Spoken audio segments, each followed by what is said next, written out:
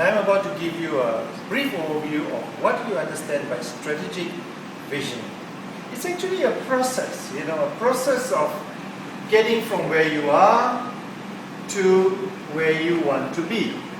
Now, when you visualize, you're actually first thinking about where you want to be in the business, and to do that, you have to analyze where you are.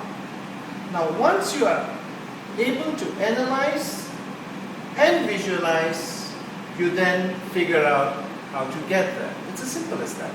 So the process of getting there, we can call operationalize. So there are 3 stages. First, visualize where you want to go. 2, analyze where you are. And 3, operationalize how you want to get there. So as you can see here, these are the 3 important stages that are involved in strategic visioning. Now, when we talk of strategic visioning, we also must be clear why we do that.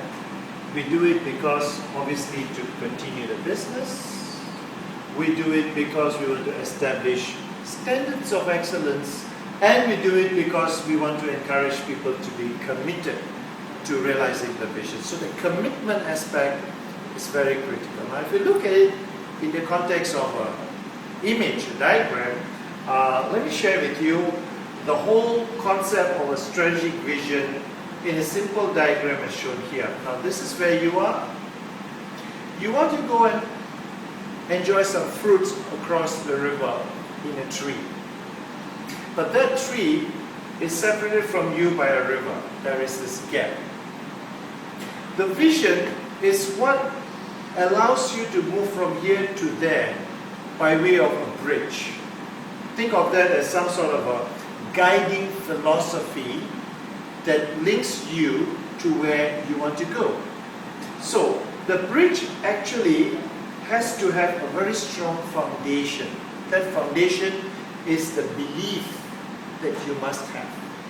So to visualize, you need to have a clear image of where you want to go, and you must have a belief about what is right and what is wrong. Of course, there must be something that drives you, that makes you want to cross the bridge, and that is called the purpose. So in any vision statement, 3 things must be very clear. First, what do you want to achieve? It's clear, vivid. That means you must have a clear image. But that's not good enough. You still need a guiding philosophy telling you what do you believe in most and what is the purpose you're trying to achieve. Now, what's important really is the purpose that drives you must be similar to what drives the rest of the people so that they will all cross the bridge. That's why having a purpose that is meaningful and sharing that purpose with everyone is a very important requirement for strategic visioning. Now, as far as strategic visioning is concerned, there are 4 key questions we ask ourselves. Number 1, are that related to relevance? Is the vision relevant to the environment in future?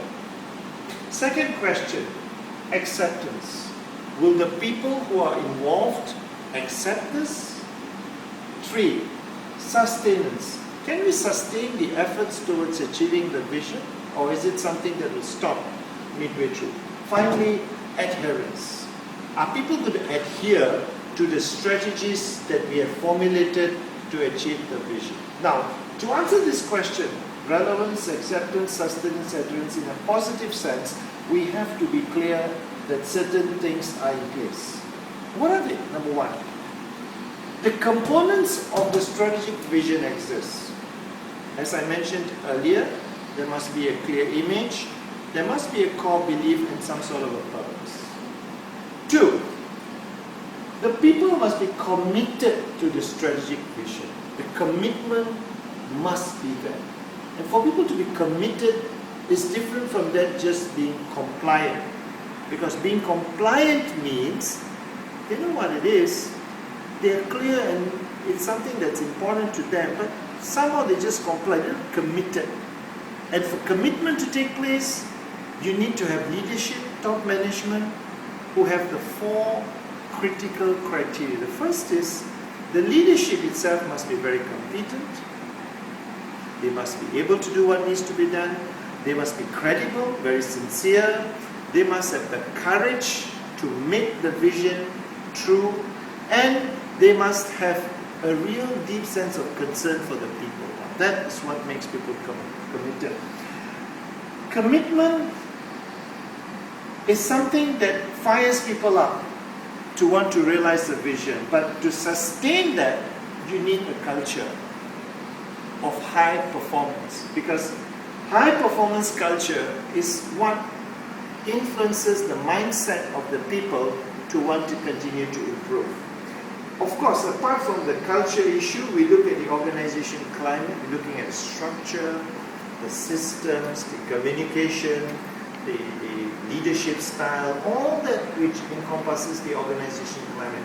That has to be appropriate to the vision that has been set up. It is also important for the vision to be shared, that it encompasses issues that relate to output, culture, image, and of course systems. That's because people do not subscribe to a vision just because the boss said it. People subscribe to a vision because they believe in it. And for them to believe in it, what they think is important must be in place. Now, focusing on sharing the vision is probably the most important single requirement, because once it is shared, then people are headed in the right direction. So for us to actually operationalize all this, what we have to do is we need to ensure that a few steps are taken.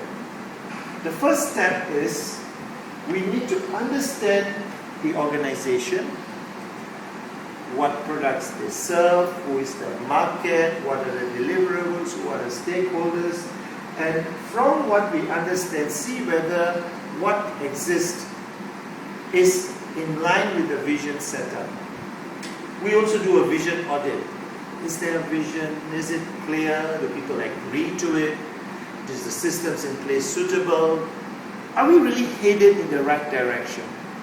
Or are we just in neither here nor there? So it's very important that an audit be carried out. Now, from the audit, if it's established that we are going nowhere near the vision, then you may want to reformulate the vision, or better still, try to think about what can be done to tweak the vision around. Tweaking it needs information. Now, what information do you need? Number one, you have to be clear about things that relate to the deliverable, infrastructure, market being served, workforce, technology involved, industry, and the critical success factors at present.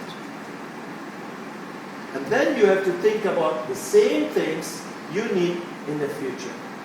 So you get a sense of difference, the gap between where we are and we want to be with respect to all these elements.